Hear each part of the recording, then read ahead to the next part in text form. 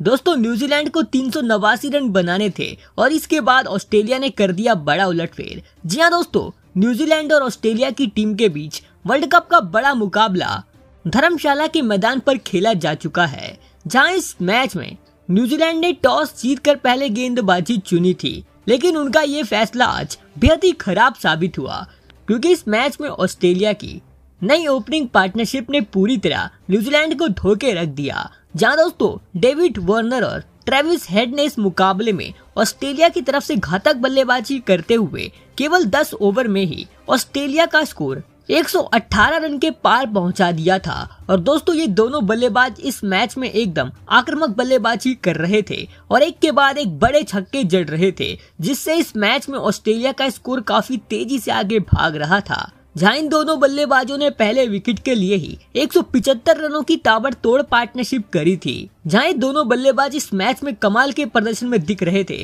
और दोनों ही अपने शतक की ओर काफी तेजी से बढ़ते जा रहे थे, लेकिन तभी 175 रन के स्कोर पर ग्लेन फिलिप्स ने डेविड वार्नर को आउट कर दिया और वार्नर 81 रन बनाकर आउट हुए थे। लेकिन एक तरफ ट्रेविस हेड ने कमाल का प्रदर्शन करते हुए अपने वर्ल्ड कप के पहले ही मैच में शानदार शतक जड़ दिया, लेकिन शतक जड़ने के बाद 200 रन के स्कोर पर ग्लेन फिलिप्स ने ट्रेविस हेड को क्लीन बोल्ड मार दिया था और ट्रेविस हेड 109 रनों की शानदार पारी खेलकर आउट हुए थे। जहां इसके बाद बैटिंग करने स्टीवन स्मिथ उतरे, लेकिन उनको भी ग्लेन फिलिप्स ने आउट कर दिया और स्मिथ 18 रन बनाकर आउट हो गए थे। जहां इसके बाद ऑस्ट्रेलिया के एक के बाद एक विकेट गिरे क्योंकि इसके बाद मिचेल मार्श 36 रन बनाकर सेंटनर की गेंद पर क्लीन बोल्ड हो गए थे। तो इसके बाद सेंटनर ने लबुशेन को भी आउट कर दिया था और वो 18 रन बना पाए थे।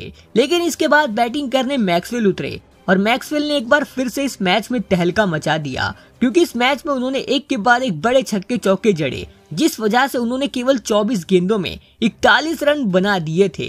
लेकिन तेज बल्लेबाजी करने के चक्कर में वो 325 रन के स्कोर पर जेमी नीशम की गेंद का शिकार बने और मैक्सवेल 24 गेंदों में 41 रन बनाकर आउट हुए। जहां इसके बाद मैक्सवेल से भी तेज बल्लेबाजी कप्तान पैट कमिंग्स ने करी और दोस्तों कमिंग्स ने तो इस मैच में एक के बाद एक 4 छक्के लगाए थे और उनकी पारी इस मुकाबले में काफी तेज थी। लेकिन इसी बीच जॉस इंग्लिश को ट्रेंट बोल्ट ने आउट कर दिया था और जॉस इंग्लिश 38 रन बनाकर आउट हुए।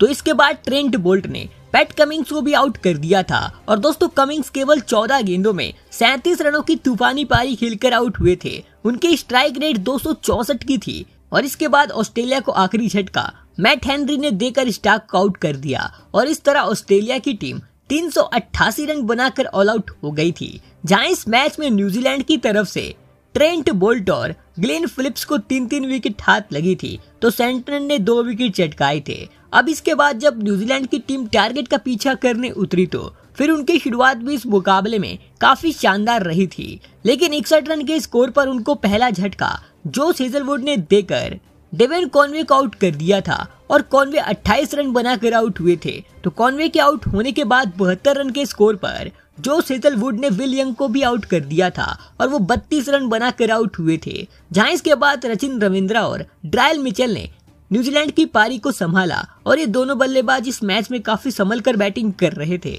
जहां इसके बाद इन दोनों बल्लेबाजों ने कमाल का प्रदर्शन करते हुए न्यूजीलैंड का स्कोर 150 रन के पार पहुंचा दिया था और इन दोनों ही बल्लेबाजों ने अपना अर्धशतक भी पूरा कर लिया था। लेकिन 168 रन के स्कोर पर एडम ज़ैम्पा ने ड्रायल मिचेल को आउट कर दिया था और वो 54 रन बनाकर आउट हुए थे।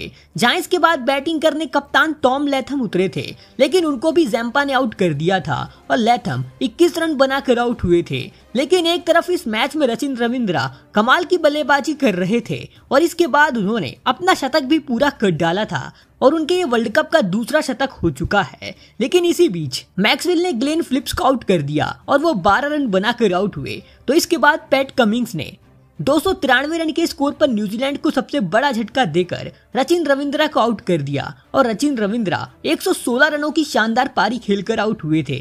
जहां इसके बाद जेमी नीशम और मिचेल सेंटनर इसके बाद काफी तगड़ी बैटिंग कर रहे थे और एक के बाद एक छक्के जड़ रहे थे। लेकिन इसी बीच मिचेल सेंटनर को जैम्पा ने आउट कर दिया था और वो 17 रन बनाकर आउट हुए थे। तो इसके बाद मैट हेनरी भी 9 रन बनाकर पैट कमिंग्स की गेंद का शिकार बने और इसके बाद जिमी नीशम का साथ देने ट्रेंट बोल्ट उतरे। और दोस्तों जिमी नीशम की शानदार बैटिंग की वजह से इस मैच में न्यूजीलैंड की जबरदस्त वापसी हुई और आखिरी 6 गेंदों में न्यूजीलैंड को 19 रन बनाने थे और जिमी नीशम ने 34 गेंदों में अपने 50 रन भी पूरे कर लिए थे। और इसके बाद आखिरी ओवर मिचेल स्टार्क डालने आए, जहां स्टार्क ने इस आखिरी ओवर में 13 रन दिए और इस ओवर की 5वीं गेंद पर 2 रन भागने के चक्कर में जिमी नीशम 58 रन बनाकर आउट हो गए थे और इस वजह से न्यूजीलैंड को आखिरी गेंद पर 6 रन बनाने थे, लेकिन वो एक भी रन नहीं भाग पाई। इस वजह से इस मुकाबले को ऑस्ट्रेलिया ने केवल 5 रनों से अपने नाम करा।